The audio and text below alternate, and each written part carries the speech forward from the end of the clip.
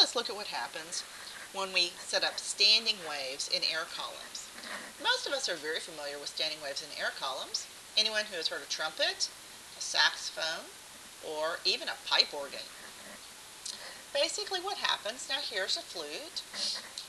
You blow into the flute and the air waves go down the length of the tube. Some of the waves get reflected back and travel in the opposite direction. So you wind up with this standing wave pattern here. Alright, now I really messed that one up. Usually we get standing wave patterns like this in woodwind and brass instruments. Now, what happens if both ends of your pipe are open? Now, an antinode has got to be touching the edge of the outside of your pipe. So, if you have an open pipe, you have to have an antinode at both ends. The simplest standing wave, when you have both ends open, is this right here, where it goes from one antinode, one node, to another antinode. But this is really kind of half of an antinode. If one end is closed, then a node must form on the closed end. And the simplest form you can have, or the fundamental, is when you have a single antinode on the open end. Now, the entire harmonic series is present in a pipe with both ends. Remember the harmonic series, where Fn is NV over 2L, where L is the length of your vibrating column, if here's your tube, and it's a length L. Alright, you can always change the fundamental frequency by changing the length of the column. Trombones do this all the time. It's kind of hard to do that on a flute. Now, when one end is closed, the air molecules behave slightly differently. You have the node on the end, antinode, and you can see, if I were to complete this, that this is 1/4.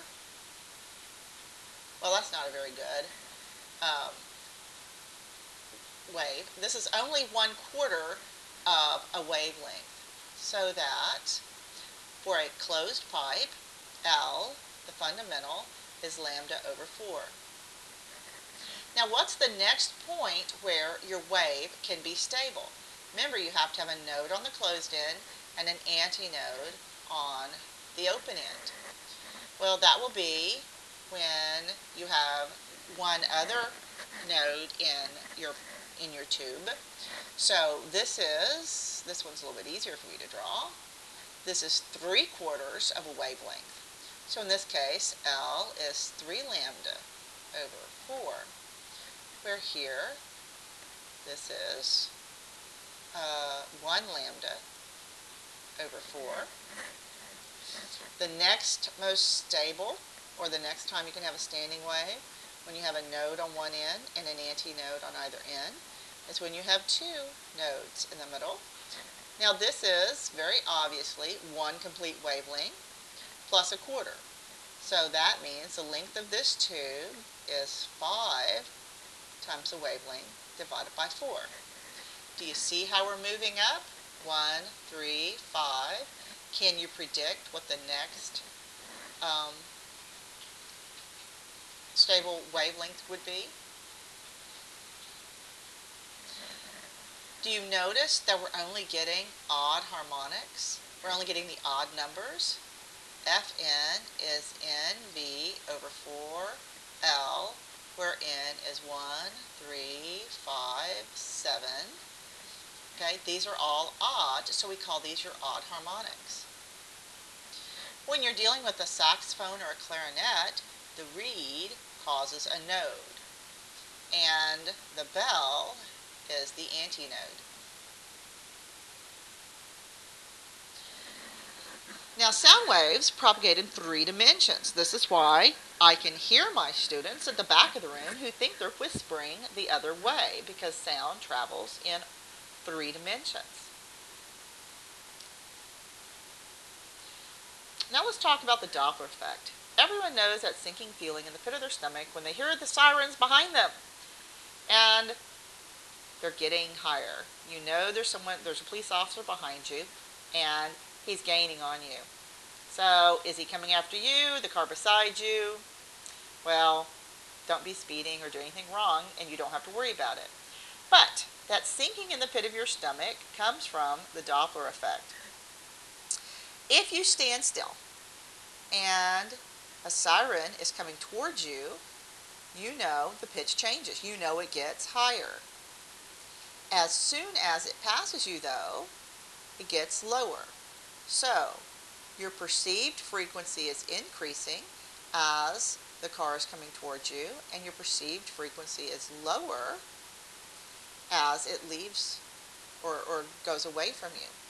Let's look at why that is the case.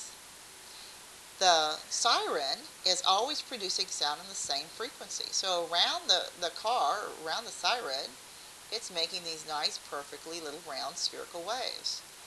But the car or the siren is moving.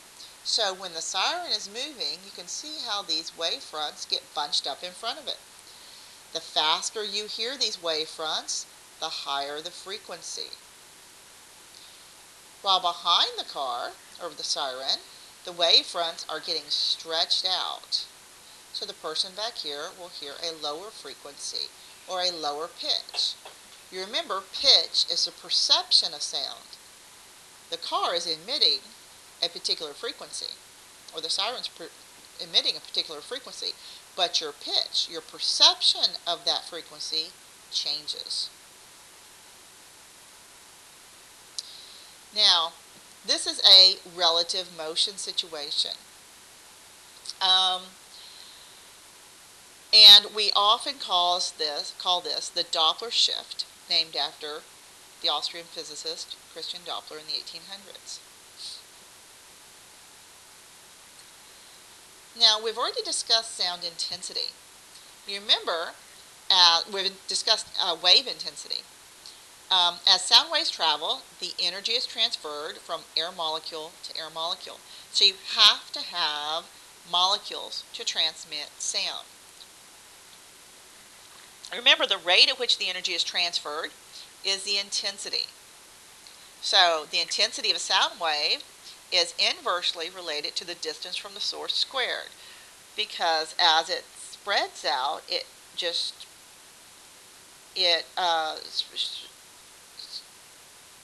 the sound wave has to go through more area. Now, intensity and frequency are related, and they determine what sounds are audible. You remember, humans can hear between 20 and 20,000 hertz. However, to hear low frequencies or very high frequencies, you have to have more intensity. Now, if you want to, in class, we will do this hearing test. And it's very interesting to see at what range you start hearing or stop hearing sound. Now, the threshold of hearing is the softest sound any human can hear, and it is at 1,000 hertz. It's 1 times 10 to the negative 12 watts per meter squared. The loudest sound you can hear, you can tolerate, is the threshold of pain. And that word pain is in there for a reason. And it is 1 watt per meter squared. And it's the sounds with greater intensities. You actually do feel pain when you're hearing them. When you have your earplugs in your ears, if your ears ever tingle, you're getting close to this threshold. Exposure to sounds above this can cause immediate damage. Often, if there's an explosion or a very loud sound, you can lose your hearing for at least a short period of time. Now let's talk about relative intensity. Remember, frequency determines pitch. Intensity determines loudness, which is your volume, but they're not proportional.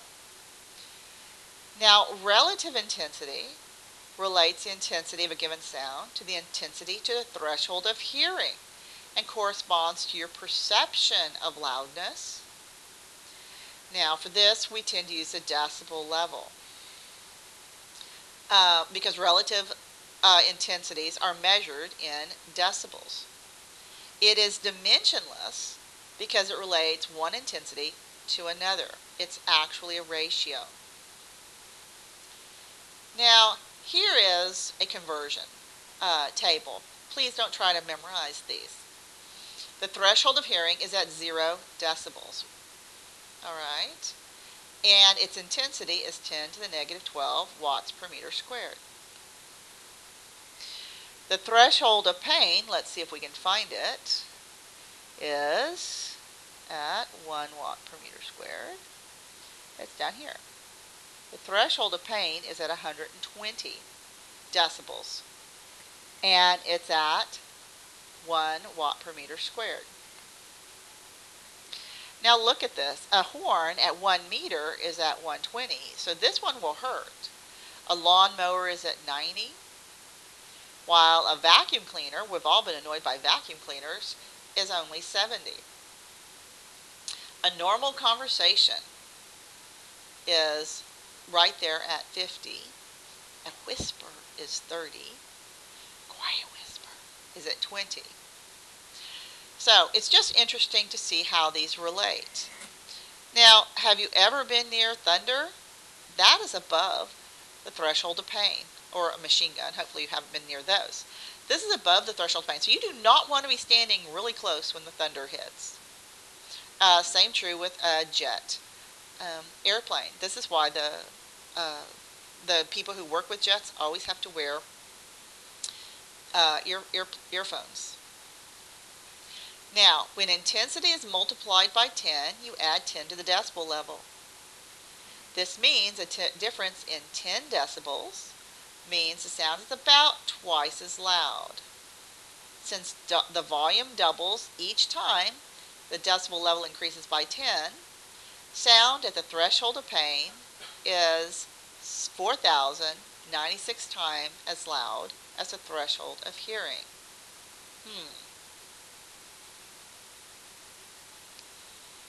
Now let's talk about forced vibrations. Forced vibrations simply means you are forcing an object to vibrate at a frequency. Now, here's my guitar. Okay, it's a sad looking guitar. Probably looks more like a lute. When you pluck one of the strings of a guitar, you are forcing the wood surrounding it to vibrate at that same frequency. This is one thing that gives the beautiful sound to your guitar. Vibrations, which occur at a natural frequency, this is a frequency that the object really wants to vibrate at, produces what's called resonance. Every object has some natural frequency, and this is a frequency, if it's hit, that it's going to vibrate at. Now, resonance occurs when you have a second object set into motion, because the first object is in motion and the two have the same natural frequency.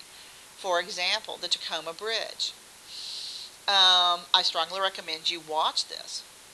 The Tacoma Bridge was standing and it had been open for a few months when a breeze came along, and that breeze was at the natural frequency of the bridge. The bridge winds up setting up stable waveform until the girders and concrete couldn't handle the stress anymore, and it collapsed. We've all heard of being able to hit very high notes and breaking glass. What's happening there is the outside sound is vibrating at the natural frequency of the crystal. So a fine crystal glass will shatter because the molecules will vibrate until the glass cannot handle the motion anymore. Here's a picture of a bridge in California that collapsed because of an earthquake. The earthquake, all an earthquake is when the ground is vibrating and setting up waves. Now, they're very long wavelength waves, but they're waves nonetheless. And you can see there are cars stuck. Well, I don't know what that is, but here are cars stuck on the bridge. Now let's talk about beats. Suppose I have two waves that have only slightly different frequencies. They're close, but they're not quite the same. You're going to have periods of interference where there is very loud and very soft sounds. And what you're going to wind up hearing is this dum, dum, dum beat sound. That is because the two waves have slightly different frequencies. Now, the beat frequency is always the larger frequency minus a smaller frequency. So, beat frequencies are very easy to calculate. Formula review: speed of sound in air is 331 plus 0.6 t, and V, where V is the sound, speed of sound, and T is the temperature in Celsius. And you have your beat frequency. The only other formula we really have is F lambda, V is F lambda, and then of course your harmonics. Let's do a problem. An orchestra tunes their instruments. They hear a throbbing sound. If one instrument's note is 500 hertz and another instrument is playing 512 at the same time, what's the beat frequency? Well, beat frequency is F larger minus F smaller. The larger one is 512. The smaller one is 500. So your beat frequency is 12 hertz.